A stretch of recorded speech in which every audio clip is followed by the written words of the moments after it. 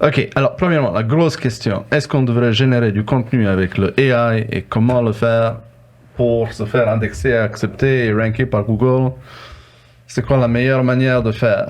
Moi j'ai une opinion dessus, mais messieurs, dames. Je pense que c'est un outil merveilleux, l'intelligence artificielle, mais il faut...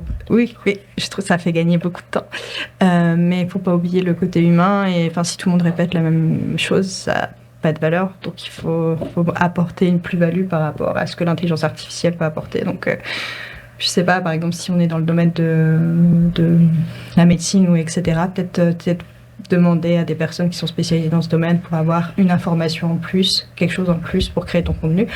Et après, tu as l'intelligence artificielle, tu peux créer ton contenu avec cette information-là. Et c'est quand même beaucoup plus rapide. Tu fais des tâches beaucoup plus vite, mais il ne faut pas faire, je pense, que de l'intelligence artificielle parce qu'on ne répète que ce que l'intelligence artificielle sait. Et qu'est-ce qu'elle sait, c'est qu'elle trouve sur le web. Donc il faut juste apporter cette plus-value. Il ne faut pas juste se baser que sur ça. Il faut apporter la petite touche humaine qui fera toute la différence sur les moteurs de recherche.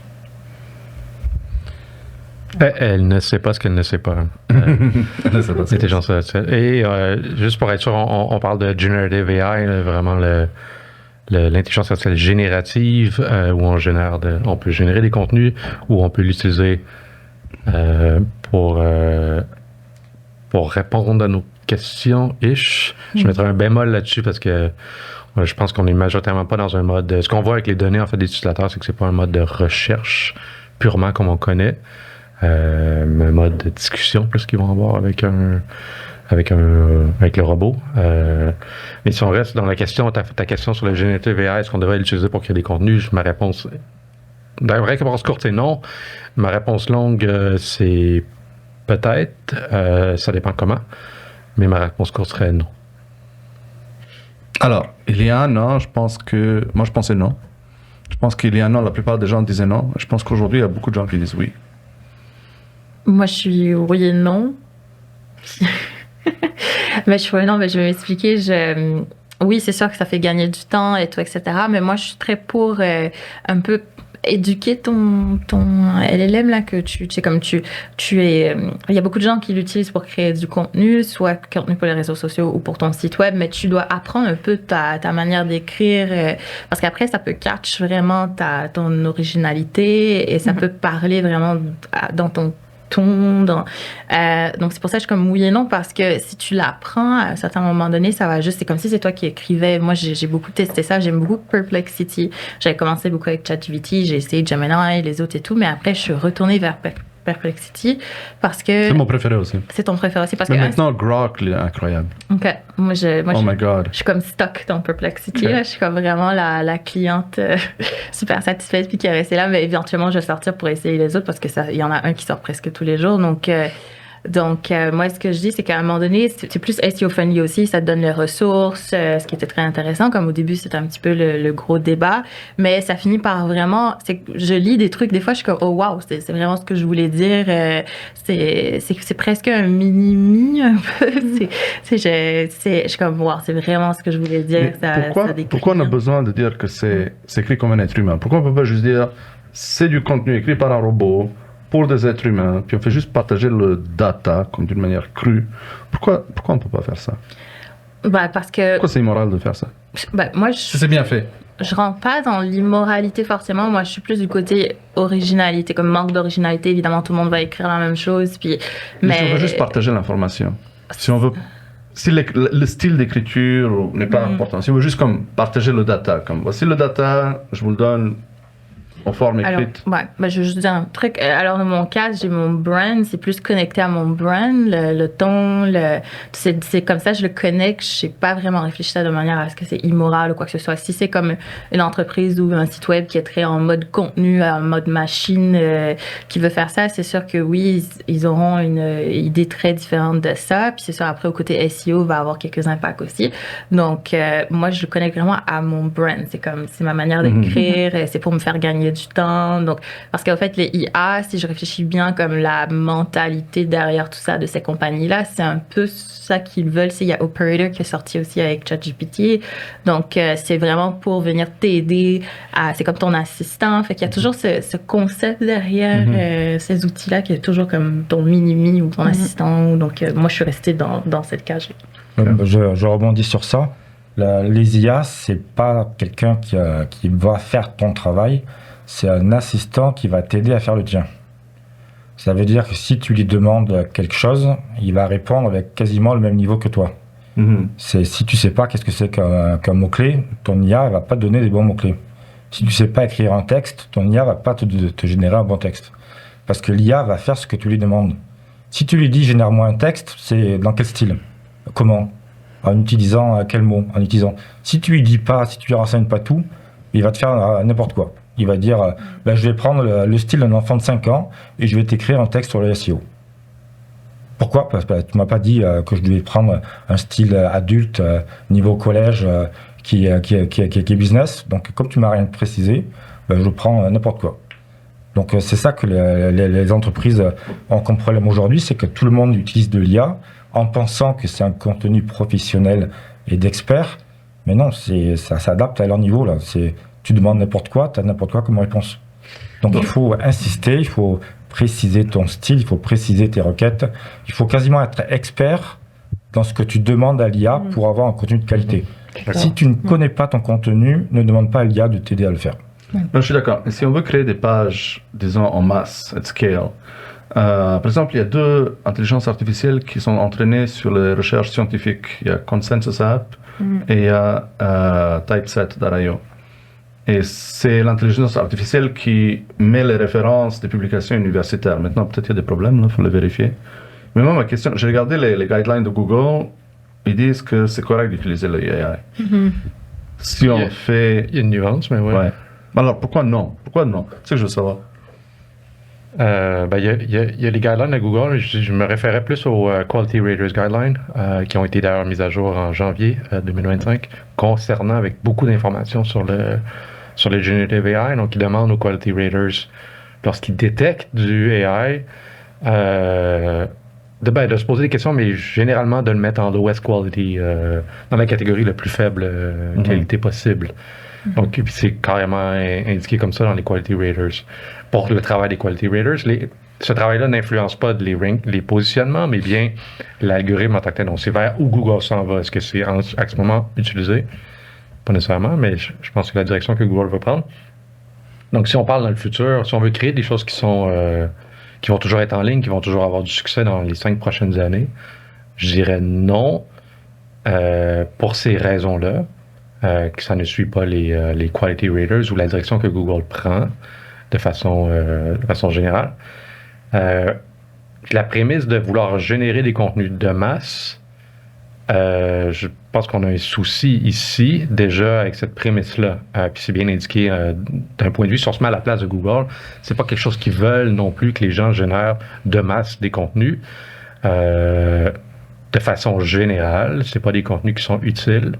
C'est des contenus qui viennent polluer le web d'une certaine façon, de façon de masse et générée. Et c'est pas des contenus qui sont distinctifs de ce qui existe déjà. C'est ça la grande question. Pourquoi créer un contenu? Encore là, si on va dans des marchés très spécifiques, là, des très petits marchés dans des langages secondaires ou tertiaires, là, c'est une autre paire de manches, mais si on reste sur le marché, sur la francophonie ou le marché américain, par exemple, créer des contenus qui ne sont pas différents des contenus qui existent déjà, ça n'a pas de valeur à long terme. Puis c'est clairement indiqué par Google, c'est pas des choses qu'ils veulent. Ils vont de plus en plus ne pas indexer ces contenus-là. Donc, pourquoi perdre son temps à faire ça, en fait? Qu'est-ce qu'on offre de plus? Je vais rebondir là-dessus, puis j'ai une idée un peu controversée là, en tant qu'expert SEO, parce que le SEO a quand même aider à ce que l'information soit un peu trop pareille là, en ligne. Et je pense que Google, effectivement, ça je rebondis vraiment sur ce que tu dis, veut essayer d'éviter ça parce que les gens aujourd'hui, tu sais, l'information, c'est tu lis la même chose différemment, écrit différemment, puis après maintenant tu vas tomber sur comme un IA qui va t'aider à écrire très rapidement. Donc c'est ce concept d'écriture de masse, ça devrait aller vraiment à l'encontre des qualités et tout ça de Google. Puis le transfert de connaissances aussi, tu sais, aujourd'hui, la première idée des moteurs de recherche, c'est que tu trouves l'information plus rapidement, que tu es capable de transférer tes connaissances plus facilement et tout, etc. Mais on sort un peu de ce concept-là. Là. C'est devenu très machine, très... là, ça commence à être un petit peu très capitaliste, je dirais, au niveau du contenu. Donc, c'est pour ça que je dis que j'ai une idée très controversée ici. Non, mais je crois pas que c'est... Je crois pas que c'est controversé. Je crois qu'on a... c'est un retour du balancier vers... Du humain, en fait. Là. C'est ce qu'on va vivre. Et plus que du contenu qui va être généré par des machines, plus que les gens vont vouloir du contenu qui est généré par des humains. C'est ça. Qui a une opinion, des contenus d'opinion. Puis c'est un peu... surtout sur le marché américain, mais les médias qui ont critiqué Google sur la qualité des résultats de recherche, sur The Verge, entre autres, là, qui écrit beaucoup là-dessus, écrit sur ce sujet-là. C'est la grande critique qu'il y avait, c'est que je fais mes recherches sur Google, tout ce que je retrouve, c'est les 10 premiers résultats, ils sont tous les mêmes, sont tous similaires. Je vais lire des articles qui ont les mêmes 10 points principaux sur comment X, Y, Z. Ils sont tous écrits de la même façon, avec le même ton, etc. Donc, c'est la gentrification du web. Et ce phénomène-là va faire en sorte qu'on va retourner vers des contenus beaucoup plus humains, je pense. Et c'est là où on rentre avec les réseaux sociaux qui, justement, apportent cette réponse-là. Et si les gens se tournent trop vers les réseaux sociaux, qui est perdant là-dedans? C'est Google. Donc, Google n'a pas du tout intérêt à ce que ça se reproduise. Donc, il a intérêt à nettoyer le web le plus rapidement possible. Dans son intérêt corporatif, je pense que ça va jouer beaucoup là-dessus. Google dit que pour l'instant que les pages IA il donne pas de points négatifs, mais si tu regardes son outil SIM, parce que tous les outils Google sont reliés entre eux, l'outil SIM te qualifie contenu de basse qualité, les contenus IA. Donc il y a un flag rouge qui se met sur tes pages SIM pour les contenus IA. Alors pourquoi ce flag rouge n'existerait pas aussi pour les contenus, pour le SEO? Donc si tous les outils sont liés, donc faut faire attention. Ok. Oui, c'est excellent point parce qu'en fait, cette réalité-là, on l'a vu avec les réseaux sociaux, le contenu des réseaux sociaux, on voit comment l'algorithme, tu likes 2-3 trucs, ça te replonge tout le temps là-dessus. Donc, on voit les gens sont perdus. Moi, j'ai essayé d'aller regarder un peu côté utilisateur. Je lis vraiment des commentaires des fois là, et les gens, ils prennent ça pour la vérité, la liberté intellectuelle, la côté moral. Là, si tu veux amener, moi, je dirais c'est ce côté moral-là, j'amènerais avec les IA et tout parce que déjà, sans le IA, on l'a vu dans la réalité des réseaux sociaux, le critical thinking, il n'est plus là. Les gens voient une vidéo, c'est comme, c'est la vérité, c'est ça. Puis, on ne sait même pas si la vidéo, c'est vrai, c'est pas vrai. C'est là que j'ajouterais vraiment la moralité. Tu sais, il y a des vidéos maintenant que tu regardes, c'est fait avec le IA. On ne sait même pas est-ce que c'est vraiment la personne ou pas. Donc, il faudrait effectivement avoir ce critère-là côté Google aussi sur le moteur de recherche. Ok. Ouais. Google a beaucoup à perdre à ce niveau-là. Là. Leur crédibilité est en jeu. Ouais. Je vais jouer l'avocat du diable. Ok. Puis je vais essayer de proposer des scénarios. Puis vous allez me dire pourquoi c'est une mauvaise idée d'utiliser le AI. Ok. Par exemple, on parle du contenu super technique ou super scientifique, où c'est au fait vraiment le data qui matter. Là. On s'en fout du style, de l'écrivain, de l'interruption humaine. On a envie de réparer un frigo. On a envie de réparer une machine à laver. Il existe 400 000 manières de poser la question, 400 000 questions différentes sur les possibles réparations d'une machine à laver. Pourquoi on ne pourrait pas générer une page par question répondue par AI et la faire publier? Est-ce qu'elle existe déjà, ce contenu-là? Non. Il n'existe pas. Peut-être on pourrait faire mieux.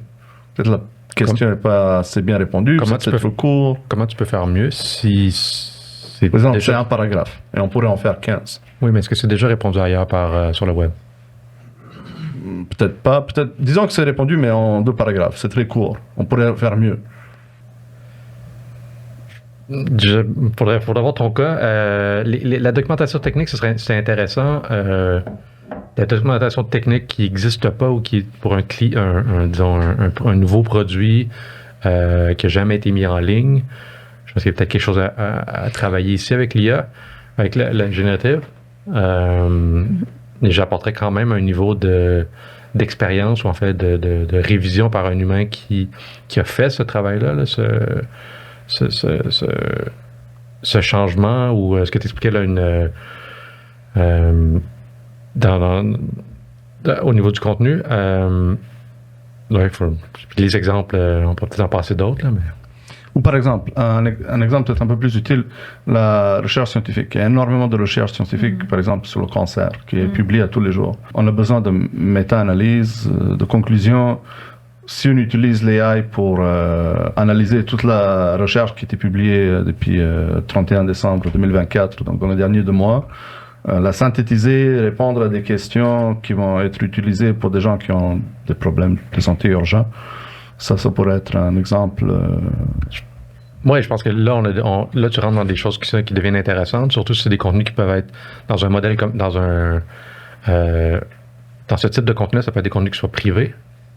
Donc, pourquoi pas? Des contenus privés, par exemple, pour un réseau hospitalier ou une firme de recherche, une chaire de recherche, et il développe son générative AI avec son propre ton, avec ses propres règles, il génère son contenu privé qui synthétise des contenus publics. Tout à fait. Là. Puis là, je pense que vraiment, on a de l'utilité pour le Generative AI ou des outils de ce type-là avec du contenu privé. Okay. Vraiment une belle opportunité. Là. Okay. Moi, j'ai ma question aussi. Vas-y. J'ai ma question pour les experts. Si on prend, donc vous allez travailler en agence, si on prend le contenu généré par les agences, c'est-à-dire, par exemple, 80 textes de 500 mots écrits sur la pose de fenêtre, écrits par un rédacteur qui ne connaît rien du tout en pose de fenêtre, quelle est la qualité de ce contenu par rapport à une IA basique qui met juste ce qu'elle a trouvé sur Internet? Parce que 80 textes écrits juste pour écrire du texte d'une personne qui ne connaît rien, c'est pas non plus de la qualité. Ouais. Donc est-ce que les textes d'agence sont de qualité, parce qu'on parle de qualité, est-ce qu'elles sont de qualité ou est-ce que c'est plus bas encore que l'IA? Il y a des agences qui font quand même des textes de qualité, mais je pense que l'IA aussi, elle va récupérer tous ces contenus qui sont déjà en ligne. Enfin, comment est-ce que l'IA saurait mieux? Enfin, tu vois ce que je veux dire? Genre, l'IA, elle a récupéré le contenu de quelque part, et le contenu, c'est ces 80 textes, ces 80 pages qui disent la même chose et qui n'apportent pas de base. Qui n'y connaît pas non plus grand-chose. Donc, je pense que la réponse de l'IA, elle sera un peu à l'image des 80 textes. Quoi. Je veux dire, si le web n'a pas la... Donc, c'est équivalent, c'est basse qualité. La question est bonne. La question est bonne, ouais. Je ne limiterai pas ça aux agences, mais à tout fournisseur. Il y a des c'est pas la compagnie qui écrit ses textes avec les experts internes. Non, mais c'est ça. L'extérieur de fournisseurs. Le point, c'est que des contenus de faible qualité peuvent être faits autant par une machine que par un humain. Il y a des humains qui rédigent des contenus merdiques, qui n'ont pas de place sur le web et qui n'ont pas d'avenir sur le web. Ça, c'est tout à fait le cas. Mais c'est autant problématique à long terme. Sur des marchés compétitifs, évidemment, c'est des contenus qui ont déjà plus leur place. Donc oui, c'est pas des contenus qui devraient être en ligne de toute manière. Et d'avoir un processus de création de contenu, que ce soit via une agence, un fournisseur externe ou à l'interne. Il y a des gens qui vont c'est créer des contenus qui sont faits par des experts ou qui du moins qui sont infusés avec l'information de tes experts, tes subject matter experts, dans ton industrie, dans ton entreprise, où l'agence est capable de mettre ça en place et de limiter les contenus qui sont faits par des gens qui font juste rédiger des contenus sur peu importe le sujet. Je pense on doit passer vraiment à aller au-delà de ça. Puis la question de Generative AI nous fait réaliser cette problématique-là qui existait depuis puis la phase 1, ça a été Panda, qui a mis la hache là-dedans. Et là, on vit un Panda numéro 2 qui est plus avancé, incluant ça. Je pense que la question, depuis Panda, se pose pas. Oui, c'est sûr que dans ta question, moi, j'entendais même plus juste humain versus IA, mais vraiment comme connaissance subject expert versus quelqu'un qui connaît pas forcément cette industrie-là.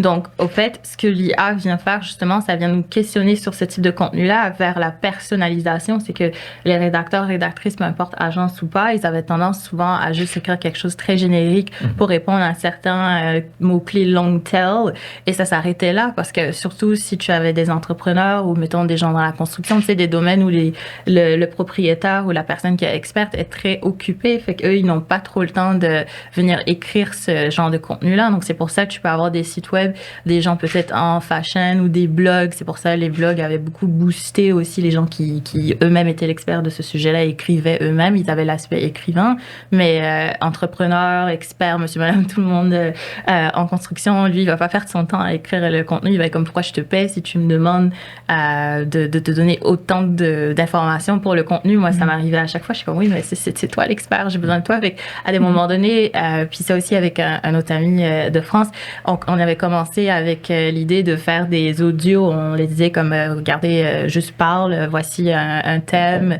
voici l'expertise, dis-nous-le. Et après, nous, on le prenait, on le traversait dans un IA qui nous le transcrivait en texte, et ensuite, on commençait à écrire le contenu. Donc, c'est à cause de l'évolution du SEO et de tous ces trucs tu sais, les LLM et tout, qui sont venus un peu challenge notre manière de travailler, mais aussi notre manière d'écrire le contenu.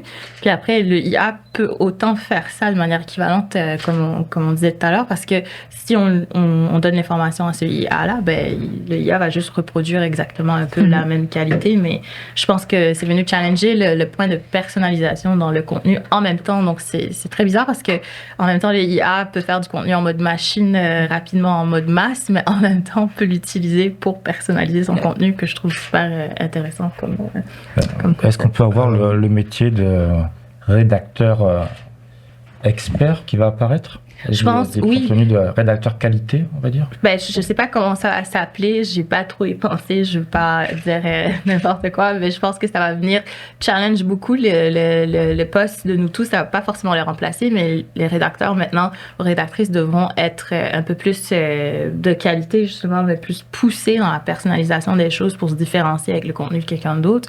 Puis nous aussi, en termes SEO, ça va venir challenger pas mal aussi de nos compétences et de nos manières de travailler aussi, parce qu'on va vouloir sortir du lot, en fait. C'est ce que ça vient. Pour moi, je pense que pour ta question, on va dans le monde de publishing des 80 dernières années, où un bon rédacteur allait interviewer des experts. Il faisait un compte rendu, et c'était pas lui le rédacteur principal, l'expert sur le sujet X, mais il allait chercher l'expertise et la condensait pour créer un contenu. Je pense que c'est ça un bon rédacteur, dans le fond un hybride journaliste, un reporter, le type reporter, qui va poser des questions, qui va poser des bonnes questions, qui va faire des interviews, puis d'utiliser des outils de Generative AI. Je pense que là, on a vraiment quelque chose d'intéressant. D'utiliser, ces gens-là utilisent des outils pour faciliter leur travail, pour synthétiser l'information qu'ils reçoivent, pour les aider dans la recherche. Donc, tout ce qui est en amont, en fait, tout ce qui est autre que la rédaction, je pense que ces outils-là vont être extrêmement efficaces. Exactement, oui. Tout sauf la rédaction. Ouais, la recherche. Je pense que la question qu'on se pose, est-ce que ça peut bien écrire, c'est la mauvaise question. La bonne question, c'est comment ces outils-là peuvent nous aider à tout faire sauf rédiger. Parfait. Super. Les amis, c'était vraiment intéressant. Malheureusement, ça fait plus que 2 heures qu'on parle. On doit arrêter. Comme je vous ai dit, on a abordé 10% des sujets qu'on planifiait qu'on allait aborder.